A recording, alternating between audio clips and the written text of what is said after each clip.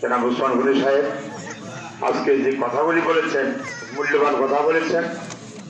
আমরা সেই মূল্যবান কথাগুলি অবশ্যই আমাদের খেয়ালে রাখা উচিত। আমরা স্মরণ করা উচিত যে মুরব্বী মানুষ যে কথাটা বলছে এটা রিপিট আমি মনে করি যে আমার আর বলার প্রয়োজন নাই। কারণ আমি মসজিদে সবসময় বলি বা বলে গিয়েছি, কিন্তু আমরা বললি কিন্তু আমার মনে হয় এক কানে শুনে আরেক কানে বার করে দেয়। এটা হলে আমাদের সমাজের অভ্যাস, আমাদের এটা দোষ, আমাদের মানে কন্ট্রোলিং নাই। আমাদের সমাজে আমরা যতবারই বলি আমাদের মসজিদের আশেপাশে মানুষ হতে আছে, এই যে মসজিদের তোমার চিল্লাই বলি বেতনটা দিন, এই চাঁদাটা দিন, কিন্তু এই লোক শুনতে আছে, কিন্তু এই লোক টাকাটা কথা বলে না, টাকাটাও দেয় না। আমরা আসলে এরপর দায়িত্ব যদি আমরা কিছু লোকের দিই, যারা দায়িত্ব দিই এরা অবহেলা করে। আমরা এই যে প্রতিবেশী পার্শ্ববর্তী যে সমাজ এরা আইন করে লিখছে, এই কোন আমার একটা সমাজ প্রত্যেক বছরে 1000 টাকা করে, ধনী গরিব নাই সব সমান, প্রত্যেক বছরে 1000 করে মসজিদের উন্নয়ন কাজের জন্য চাঁদা বাধ্যতামূলক। 99 ঘর, আমি যখন এই সমাজের 99 ঘরে এরা বাধ্যতামূলক 1000 টাকা করে সবাই চাঁদা দিতে হবে। না দিলে তার সাথে সমাজকর্ম সব বাধ্য হইয়া আল্লাহর রহমতে আর আছে প্রত্যেক বছরে 99,000, প্রত্যেক বছরে কাজ হোক না হোক জমা দিতে হবে। এরপরে 2-3 বছরে টাকা জমলে যে কোনো কাজ তারা করে।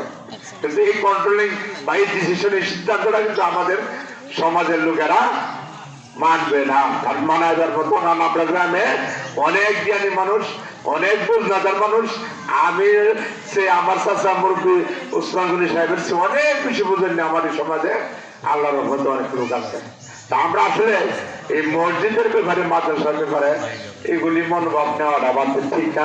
চাচা এখন যে বলেছেন আমরা যদি মসজিদ মুখী না হই, আল্লাহ তাআলার নজর আমাদের দিকে নজর পড়বে না। কথাটা কিন্তু 100% সত্য, 100% সত্য যে আমরা মসজিদ মুখী হইতাম। আজকে মসজিদে যারা আমরা আসি 20 টাকা করে নিয়ে আসি বা 50 টাকা নিয়ে আসি, আমরা দেওয়ার চেষ্টা করি। মসজিদ দিলে দিলে কিন্তু একটা পাহাড় সৃষ্টি হয়। আমরা কিন্তু ওই যে মসজিদে শুক্রবারে 10 টাকা 20 টাকা করে আজ না, এইটাতে কিন্তু আস্তে আস্তে বড় একটা ফান্ড হয়। মসজিদের আনুষঙ্গিক খরচ চালায় হোক, দেখা গেছে আমরা টুকটাক অনেক সমস্যা সমাধান আমরা করতে পারি।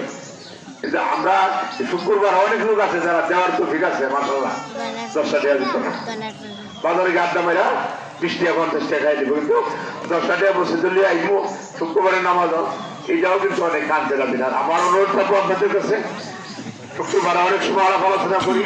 আমরা বেতনের ব্যাপারে আমাদের অনেক গাফলা, যা সবসময় বেতনের ব্যাপারে আলাপ করতে গেলে আসলে আশেপাশের মানুষের কাছে আমরা মানের হানি হইতেছি আমি মনে করি। কিন্তু আমরা এই যে বেতন গুলা, এই হুজুরের বেতন, সামনে দেন দ্রব্যমূল্যের দাম কিন্তু অনেক অনেক বেড়ে গেছে। সেই হিসাবে হুজুরার যে হাদিয়া আমরা দিই, এই হাদিয়া কিন্তু আর সামনে দেওয়ার মতো ব্যবস্থা নেই। আরো সারা বাংলাদেশি বাড়ে, ওনাদেরকে আমাদের বাড়াইবার চিন্তা রাখতেই। আমরা যেগুলি না করি, ওই যে আমরা এই সর্বনিম্ন বেতন 75 টাকা মাসে আমাদের সমাজে, কিন্তু এই যে অনেকে ঠিক আছে এর ফেরত দিতে রাজি না। আমরা আসলে সেইভাবে চাপ সৃষ্টি করতাম পারি না।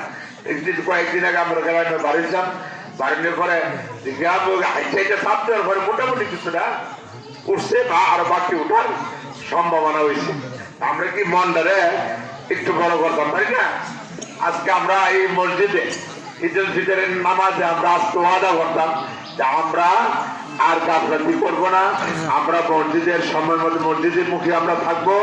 খালি শুক্রবারের নামাজ হলে চলতো না, শুক্রবারের নামাজে মাশাআল্লাহ মসজিদ জাগা না, কালকে নামাজ যে আমরা করছি এই দুই বাড়ি জাগা হয়েছে না, কিন্তু শুক্রবারের নামাজ 2 রাত ফরজ, হ্যাঁ 4 রাত করলে কাবল মাছ তুললে বাজার আয়াস করেছে, 2 রাত সুন্দর করিয়া ফরজ করিয়া এই ধরুন ডাক্তার যাই।